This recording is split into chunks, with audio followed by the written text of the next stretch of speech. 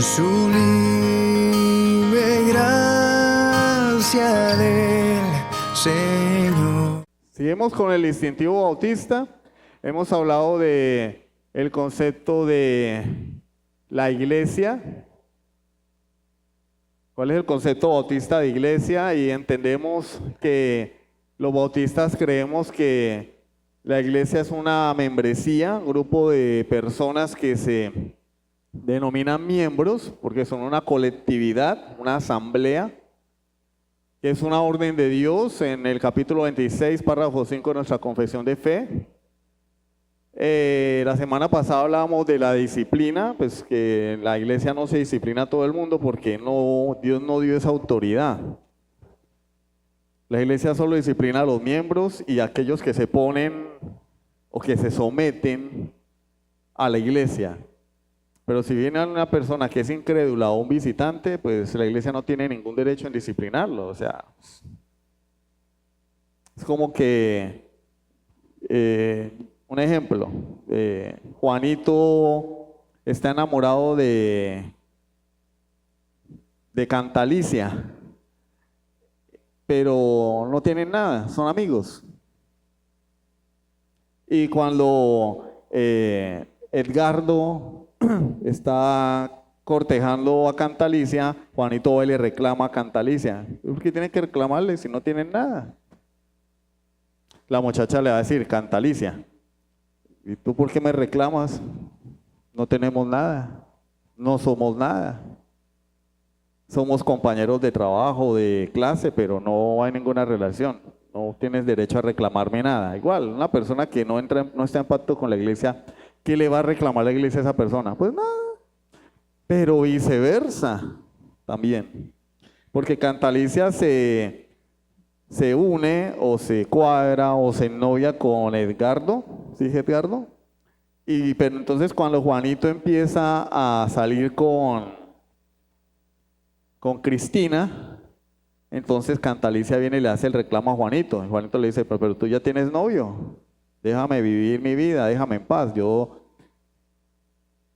soy libre de andar con quien yo quiera. Viceversa, la persona que es un asistente o que no es una persona comprometida con la iglesia, no tiene ningún derecho de reclamarle nada a la iglesia. Y muchas personas han pasado por acá y terminan en esa situación. En esa iglesia no hay amor, pues que es un asistente.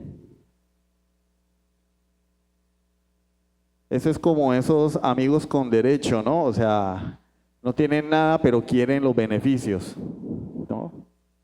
En la vida cristiana no existe eso. En la vida cristiana existe un pacto de compañerismo en el que las dos partes tienen deberes y tienen beneficios. Entonces la iglesia no tiene ninguna responsabilidad ni obligación, ni el pastor, con las personas que no demuestran tampoco compromiso ni responsabilidad con la iglesia. Es un pacto. Por eso la de ser miembro es un pacto. La persona entra en pacto con la iglesia entra en pacto con ella. Hay deberes y hay beneficios, pero el que no entra en pacto. Volvemos entonces al tema de, no, pero es que yo soy miembro de la Iglesia Universal de Cristo, pero cuando está enfermo, ay, nadie me vino a visitar. ¿Quién lo va a ir a visitar si usted no tiene compromiso con la iglesia? Ah, pero es que ese es el deber de los pastores. No, no hay ningún deber. No hay deber. Ah, pero es que en esa iglesia no hay amor. No, hay una confusión en cuanto al tema del amor. ¿Sí? Pensamos que amor es el romanticismo enfermo de las películas de Hollywood. No. El amor es recíproco, es una decisión que se toma. Es recíproco. ¿Sí? Entonces no puede ser. ¿Por qué? ¿Por qué lo digo? Porque hay personas que llegan a las iglesias cristianas solamente así. A ver qué me van a dar, qué me van a... Claro, entendemos que son personas que vienen dañadas por el pecado y que tienen una concepción retorcida de muchas cosas, pero eso no quiere decir que la iglesia esté en obligación. La obligación de la iglesia es predicarle el evangelio y punto. Ya lo demás se llama Misericordia, un acto de misericordia. Cuando uno va a visitar a una persona que está enferma, que no es creyente, que no es parte de la iglesia, eso es un acto de misericordia. Pero no hay que confundir misericordia con obligación. No hay obligación. Pero cuando se entra en pacto, ya hay compromisos y obligaciones que se adquieren de las dos partes, ¿sí? Ahora, que no se cumple en la plenitud, eso es verdad, porque somos seres humanos limitados, falibles, llenos de errores, pero es una realidad. Hay responsabilidades y hay obligaciones, al igual que hay beneficios también. A veces son más las responsabilidades que los beneficios, pero ¿qué le vamos a hacer? Así es la vida. La iglesia es un grupo de personas regeneradas, no degeneradas. ¿Quiénes componen la iglesia local? Pues nacidos de nuevo, personas que han sido nacidos de nuevo, que después se bautizan y pasan a ser parte de la lista de miembros. La iglesia está compuesta por una membresía comprometida. Dios nos ordena, o Jesucristo nos ordena, que andemos juntos y que guardemos que los mandamientos de Dios, los sacramentos u ordenanzas. Y ahora vamos a ver algunos compromisos que tienen los cristianos a la luz de la Escritura. Entonces vamos a Hechos 2, 44 al 46. Hechos capítulo 2, versículos 44 al 46.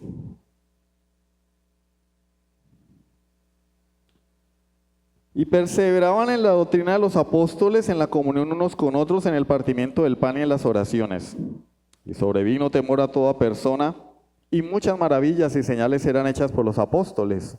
Todos los que habían creído estaban juntos y tenían en común todas las cosas. Y vendían sus propiedades y sus bienes y los repartían a todos según la necesidad de cada uno.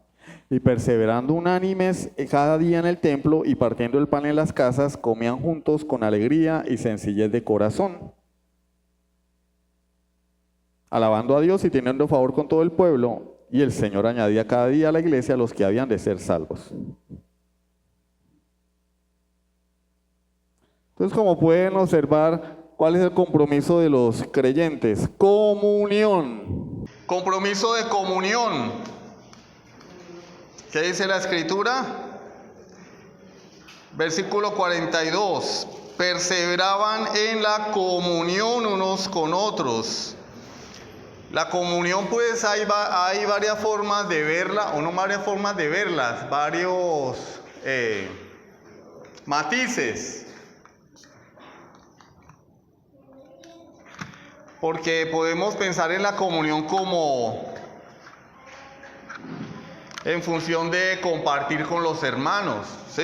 Entonces, comunión puede ser, pues, compartir, pasar tiempo juntos, conversar, chévere, eso es comunión. Pero más allá de eso, la comunión es tener un mismo espíritu, un mismo pensamiento. Recuerden lo que veíamos hace varias semanas, que Pablo ordenaba que habláramos todos una misma cosa. Porque luego hay hermanos que podemos caer en ese malentendimiento de pensar que comunión es estar metido en la casa del otro. ¿Sí?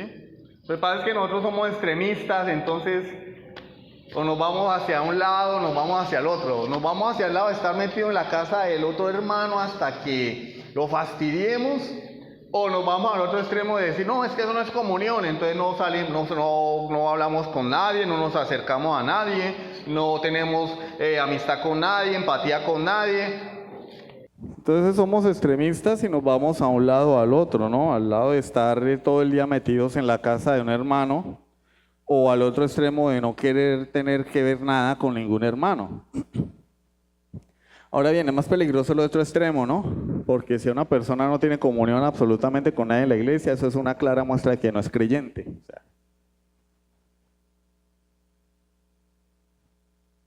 O sea, tengo a veces en las familias En la carne hay hermanos que tienen problemas entre ellos, ¿no? Y siempre a veces hay uno que es como el diferente, ¿no? Venga, usted no parece esta familia. ¿Nunca les han dicho eso? Usted no parece esta familia, o sea, bueno, hay personas que no conversan con nadie, no se acercan a nadie, no se preocupan por nadie, es porque no es de la familia, no son creyentes. Una persona no puede decir que ama a la iglesia si no tiene absolutamente ninguna relación con la iglesia. Cuando hablo de relaciones, porque el amor es relacional. No, yo amo a los niños del África, mentira, no es que yo no los conozco. O sea, esa es una realidad, lo que pasa es que vivimos en un mundo buenista, ¿no? Vamos a los niños del África, sí, yo los amo, a ver qué has hecho por ellos. No, pues nada, yo los veo en la televisión y me da lástima, no, eso no es amor, eso es buenismo. ¿Amas a los niños de África? Bueno, ¿qué ONGs estás patrocinando con tu dinero para que esos niños tengan agua, tengan alimento? Ninguna, no, eso no es amor, eso es mentira, eso es buenismo. El amor es relacional.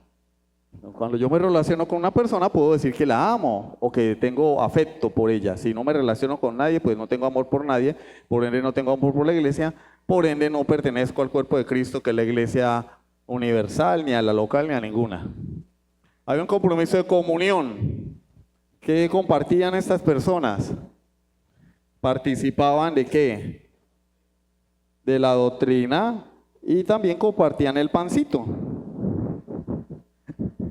No estamos hablando del pan que nos comemos en el receso con café. No, lo que pasa es que partir el pan o compartir una cena con alguien en ese contexto cultural era un acto de amistad y comunión. Como cuando uno dice, ¿qué vamos a hacer esta noche? Y le dice uno a algunos hermanos, ¿qué vamos a hacer esta noche? ¿A dónde vamos a ir? Implica que amistad, ¿sí? Venga, vamos a ir a comer hamburguesita hoy. Y uno le dice a algunas personas, amistad. Y eso es lo que implica el partimiento del pan. Comunión. Y lo dice varias veces, versículo 42, versículo 44. Todos los que habían creído estaban juntos y tenían en común todas las cosas. ¿Sí? Ahora quiero hacer una observación acá, ¿no? Porque, mira, ahí dice que ahí vendían las propiedades y lo repartían. Ay, no, la iglesia no es socialista. La iglesia no es socialista. Además, esto es un texto narrativo. Es un texto narrativo, es un texto histórico. No se está estableciendo ninguna doctrina acá. La doctrina es que tenemos que vender las cosas para dárselas a todo el mundo y vamos a quedarnos en la olla y en la inmunda porque en la iglesia hay gente necesitada. En todas lados hay gente necesitada. El que tiene lo que tiene, lo tiene porque trabaja y se mata trabajando, ¿sí? Hay un dicho que dice, el pasto del vecino es más verde porque él se levanta más temprano, ¿sí? Entonces, esto era un mover especial que apareció en aquella época, pero no implica una norma porque en el resto del Nuevo Testamento no vemos ninguna directriz que establezca una doctrina a raíz de esto. De esa manera es que podemos entender las doctrinas que aparecen o que se derivan de textos narrativos, como cuando yo en el resto del consejo de Dios encuentro algo que avale o confirme esta narrativa. ¿Sí? Acá dice que ellos vendían las propiedades. Bueno, vamos al resto de la Biblia a ver dónde dice que tenemos que vender las propiedades, ¿no? Sí dice que debemos ser generosos, ¿sí? Que debemos compartir con el que no tiene necesidad. Pablo dice que Dios nos da las cosas abundantemente para que disfrutemos de ellas y compartamos con el que tiene necesidad. El que robaba no robe más, sino que trabaje con sus manos para que tenga de qué sustentarse y comparta con el que tiene necesidad. Pero no que me voy a vender las cosas y me voy a quedar en la olla, porque en la iglesia todo el mundo tiene que ser igual. Pobre. ¿Sí? Porque no crean, hay personas que son socialistas y tienen esa mentalidad. No, pero es que aquel tiene, ¿y por qué no? A aquel deberían pedirle más porque tiene más. No, eso es socialismo. Eso no es igualdad. Igualdad es que todo el mundo ¿de qué? Si por ejemplo se hace una colecta, un ejemplo, para ayudar a un hermano, pues igualdad y equidad, perdón, es que todos den lo mismo, ¿sí o no? Ahora, si yo al que tiene más le exijo más porque tiene más, eso se llama ¿qué? Injusticia. En cuanto a una colecta, ¿no? En este sentido era una colecta que ellos vendían y daban. No está hablando de la ofrenda para la obra de Dios. Para la ofrenda para la obra de Dios el Señor dice, según como haya prosperado y como lo proponga en su corazón. Ya es diferente. Eso para que no nos pongamos a establecer doctrinas donde no las hay o ponerle carga a los hermanos de cosas que Dios no ha mandado. En ninguna parte de la Escritura la Biblia dice que yo tengo que vender lo que tengo para dárselo a otro. ¿Sí? Hermano, pero el Señor dice que el que tiene 2 capas le dé al otro otra capa. Bueno, pues de eso vamos a hablar en la predicación hoy. ¿Cómo entender esos principios bíblicos? ¿Sí? Tenían un compromiso doctrinal. Ese es el texto que ya hemos visto y les estaba mencionando hace unos momentos. Primera a los Corintios 1:10. Primera a los Corintios 1:10. El apóstol Pablo nos dice que debemos ¿qué? Hablar todos una misma cosa. Os ruego pues, hermanos, por el nombre de nuestro Señor Jesucristo, que habléis todos una misma cosa, es decir, unidad doctrinal. Que no haya entre vosotros divisiones, sino que estéis perfectamente unidos en una misma mente y en un mismo parecer. Y si ustedes leen el resto del capítulo, el contexto, en la iglesia de Corinto había sectarismo. Porque nosotros tenemos eso en nuestra naturaleza pecaminosa, si ese me cae mal, me hago seguidor de él, y aquel no me cae tan bien, entonces no me hago seguidor de él. Y lo que Pablo está atacando es eso, el sectarismo dentro de la iglesia, ¿no? A mí me gusta como enseña Apolos, a mí me gusta como enseña Pablo, a mí me gusta como enseña Cefas o Pedro, y Pablo dice, no. Debemos seguir a Cristo. Ellos son siervos de Dios, que Dios ha utilizado como instrumentos para bendecir a la iglesia, que son dignos de honor, porque también lo menciona Pablo, pero no son Cristo. Y nosotros debemos seguir a Cristo. Porque luego hay iglesias y que sucede y ha sucedido donde las personas preguntan quién va a predicar el fin de semana para saber si van a ir a culto o no. A mí no me gusta como predica fulano, yo como que mejor ese día no voy a ir, o llego tarde, o no tengo el mismo ánimo. Mientras sean fieles a la palabra, son dignos de ser escuchados porque no hablan en nombre propio, sino que hablan en nombre de Cristo. Mientras la doctrina sea pura, santa, bíblica, pues tenemos que creerla, debe haber una unidad.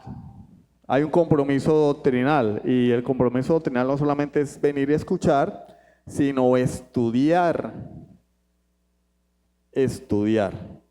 Porque luego le preguntan a alguien afuera, ¿qué es lo que ustedes creen? No, nosotros creemos en Dios. Vale, pues en Dios cree hasta el diablo. Hay un compromiso moral. Romanos 16:17. Vamos a Romanos 16:17.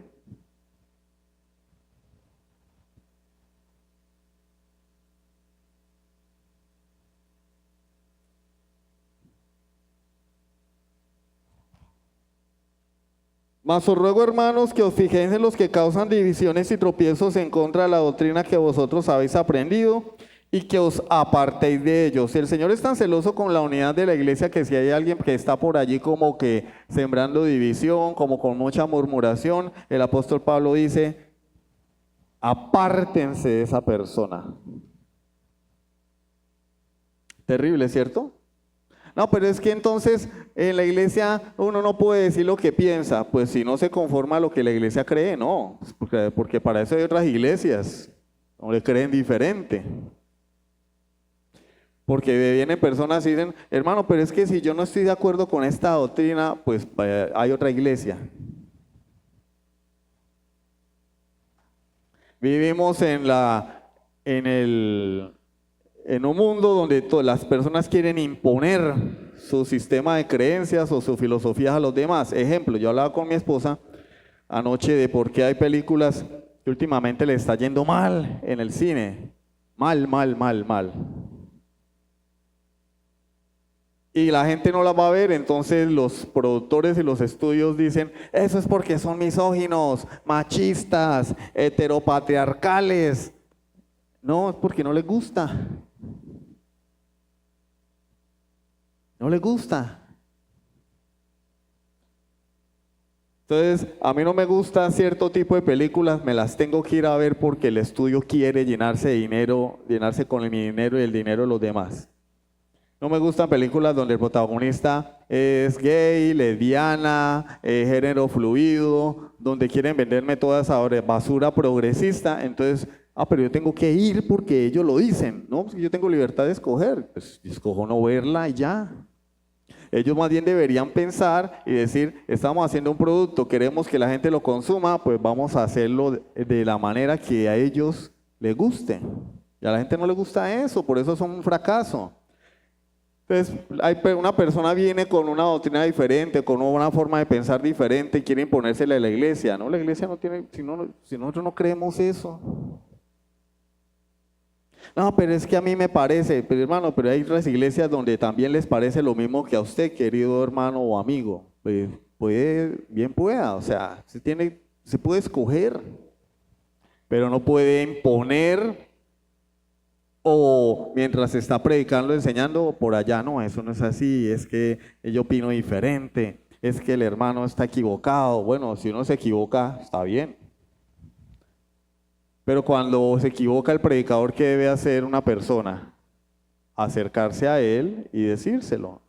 Y no empezar a generar malestar en medio de la congregación. Eso se llama espíritu divisivo. Y es causal de expulsión de la iglesia. Una persona puede que cometa adulterio en la iglesia, puede que cometa fraude. Eso es causal de disciplina, dependiendo, ¿cierto? Porque cada caso es diferente. Pero la división es causal de expulsión de la congregación, para que la vean. Entonces, se requiere que todos tengamos unidad. Por eso el pecado de la murmuración es tan grave. El pecado de la murmuración es grave. O sea, la lengua, hay que tenerla bien amarradita. No, es que yo creo que acá deberíamos bautizar niños, porque es que pues yo veo la Biblia, veo la doctrina de los presbiterianos, y en Cúcuta hay una iglesia presbiteriana, hermano. Allá bautizan los hijos de los creyentes. No, pero ¿y aquí por qué no lo hacemos? No lo hacemos, me suena a batallón. Puede ir a una iglesia presbiteriana. En algunas iglesias locales bautistas reformadas se permite que hermanos presbiterianos sean miembros siempre y cuando su postura doctrinal no la difundan dentro de la iglesia. Porque tenemos casi todo en común con los presbiterianos. Hermano, quiero ser miembro. ¿Usted se somete? Sabemos que usted tiene una diferencia en cuanto al bautismo de los niños y en cuanto al gobierno de la iglesia, el sistema de gobierno. Usted se somete y se compromete a no difundir, a no murmurar. Me someto, listo. Y si no, pues no puede ser miembro de la iglesia. Y si empieza a generar división, lamentablemente, con el olor del alma, si te vi, no me acuerdo. Hermano, le pedimos por favor, busque una iglesia donde congregarse, porque aquí no deben haber divisiones. Todos debemos pensar una misma cosa, y para eso se presentan las doctrinas y se sostienen con la escritura. El curso de premembresía en muchas iglesias dura 4, 5 meses, 6 meses. Yo me tomo acá mi tiempo pues para que nadie diga después, no, es que no entendí, o es que no explicaron bien, ¿no? Considero yo que tiene que quedar claro y las personas toman su decisión, pero debe haber un compromiso doctrinal, no deben haber divisiones. Pablo dice, apártense de estas personas, es decir, ¿cómo se dice coloquialmente? Ábranse del parche. Apártense de estas personas. Hay un compromiso moral. Segunda a los Tesalonicenses, capítulo 3, versículos 6 al 15. Segunda a los Tesalonicenses, capítulo 3, versículos 6 al 15. Segunda a Tesalonicenses, capítulo 3, es largo.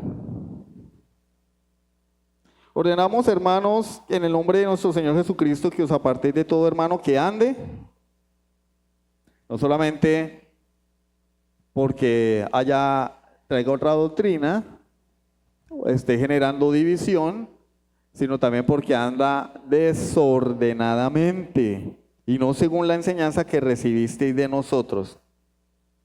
Porque vosotros mismos sabéis de qué manera debéis imitarnos, pues nosotros no anduvimos desordenadamente entre vosotros, ni comimos de balde el pan de nadie, sino que trabajamos con afán y fatiga día y noche para no ser gravosos a ninguno de vosotros. No porque no tuviésemos derecho, sino por daros nosotros mismos un ejemplo para que nos imitaseis. Porque también cuando estábamos con vosotros os ordenábamos esto: si alguno no quiere trabajar, tampoco coma. Porque vemos que algunos de entre vosotros andan desordenadamente, no trabajando en nada, sino entremetiéndose en lo ajeno. A los tales mandamos y exhortamos por nuestro Señor Jesucristo, que trabajando sosegadamente coman su propio pan. Y vosotros, hermanos, no os canséis de hacer bien. Si alguno no obedece a lo que decimos por medio de esta carta, a ese señaladlo y no os juntéis con él, para que se avergüence. Mas no lo tengáis por enemigo, sino amonestadle como a hermano. Compromiso moral. Este caso trata particularmente el tema de un hermano en la iglesia o algunos hermanos que no querían hacer nada. Eran socialistas, esperando a ver a qué hora la iglesia iba a repartir mercados. Bueno, ¿y cuándo vamos a ir a recoger los mercados? Pues nunca. Esperando a ver qué ayudas vienen del gobierno. Hermano, pero usted debería como buscarse un trabajito. No, pues que yo tengo fe en el Señor, Él es mi provisión. Y Pablo lo califica. Hay un calificativo para eso y se llama andar desordenadamente. Y hay una orden, porque eso es inmoral. Apartaos de ese hermano, de todo hermano que ande desordenadamente. ¿Por qué? Porque Pablo dice, nosotros no comimos el pan de balde de nadie. Nosotros no nos recostamos a nadie. Trabajamos con afán día y noche para no ser una carga a ninguno de vosotros. No porque no tuviésemos derecho, porque la Biblia enseña que el que trabaja en el Evangelio debe vivir del Evangelio. Porque luego hay algunos que dicen, no, pues como el hermano Ori, entonces no hay que darle nada a los pastores. No, la Biblia lo enseña. Es una enseñanza bíblica, tengo que ser fiel a la palabra. El hecho de que yo no reciba un sueldo, ¿sí? En ese momento, pues hace unos meses atrás, por decisión de la iglesia, ¿sí? El hermano Javier propuso en reunión de iglesia que al pastor se le diera un bono, ¿sí? No un sueldo, un bono. Pero eso no quiere decir que el obrero no sea digno de su salario. Eso no quiere decir que el pastor no tenga que recibir un sueldo de la iglesia en el momento en que sea necesario. Nosotros, por la misericordia de Dios, trabajamos y Dios nos sostiene. Pero eso no quiere decir que el que predica el Evangelio no tenga que vivir del Evangelio, porque precisamente a eso apuntaba el mandamiento de la ley: no pongáis bozal al buey que trilla. Y Pablo dice, eso fue escrito por nosotros. O sea, el pastor, el obispo, tiene derecho a vivir del Evangelio, porque trabaja en ello. Pero Pablo dice, nosotros no hicimos uso de ese, ¿cómo lo llama? Derecho. ¿Por qué?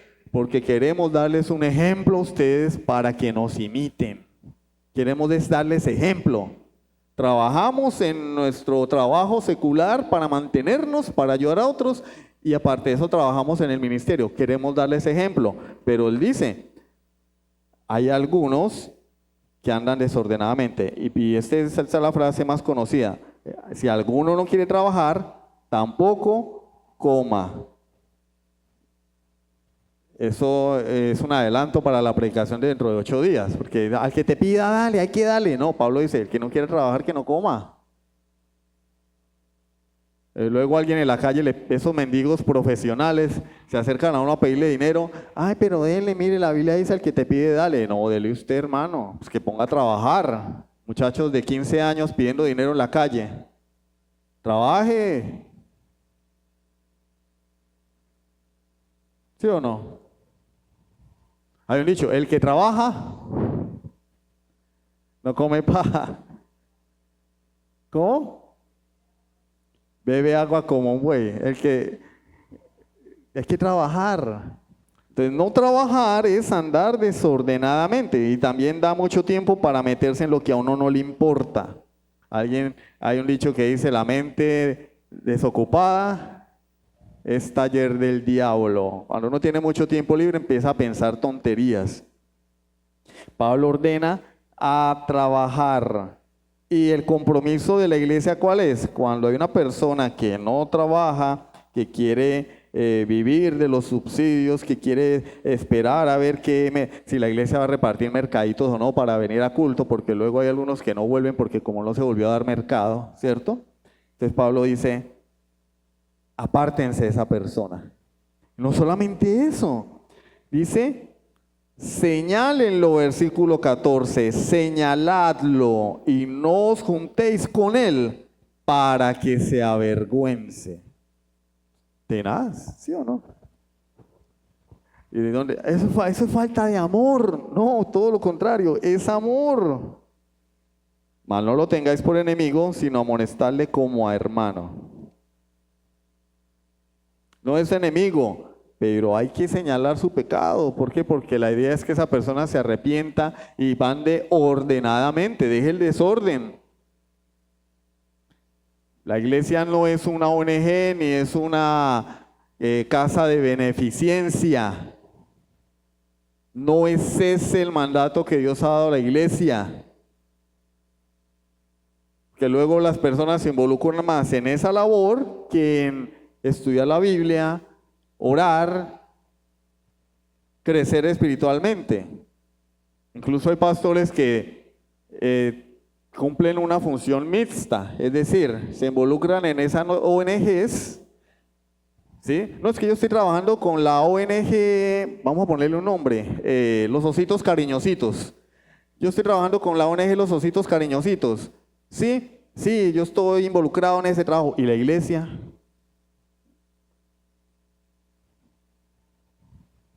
¿Y la iglesia?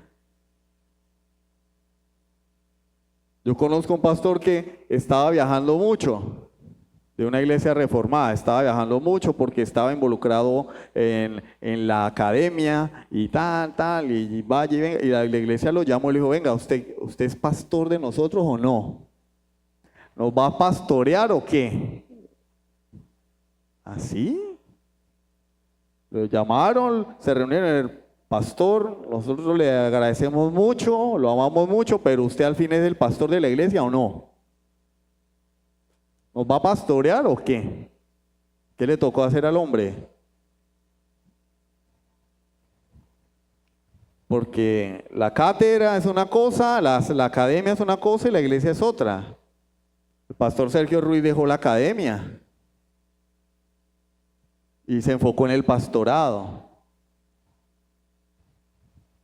Una cosa es la academia, el seminario, y otra cosa es la iglesia.